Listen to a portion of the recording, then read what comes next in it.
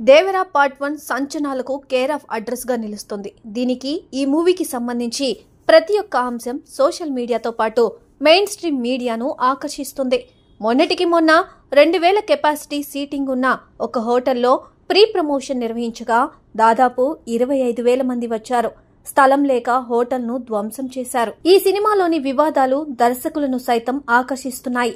తాను హక్కులు కొనుగోలు చేసిన ఓ తమిళ నవల్లోని సన్నివేశాలను కొందరు దర్శక నిర్మాతలు వాడుకోవడంపై దర్శకుడు శంకర్ ఎక్స్ లో అసహనం వ్యక్తం చేశారు. తాను నవయుగ నాయగన్ వేల్ పారి నవల హక్కులను పొందానని, పుస్తకంలోని కీలక సన్నివేశాలను కొందరు డైరెక్టర్లు అనధికారికంగా ఉపయోగించుకోవడం తనను కలచివేసిందని శంకర్ పేర్కొన్నారు. తాజాగా ఓ కొత్త సినిమా ట్రైలర్లో ఈ నవలలోని ఓ ముఖ్యమైన సన్నివేశాన్ని గమనించానని ఆయన పేర్కొన్నారు.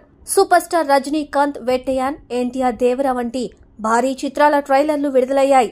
శంకర్ ప్రస్తావించిన కంటెంట్ ను బట్టి దర్శకుడు కొరటాల శివ తను కొనుగోలు చేసిన నవల్లోని సన్నివేశాలను దేవర్ కోసం వాడుకోవడంపై ఆయన మనస్తాపానికి గురైనట్లు తెలుస్తోంది. చాలా సినిమాల్లో అనుమతి లేకుండా కీలక సన్నివేశాలను తొలగించి ఉపయోగించడం నన్ను కలచివేసింది.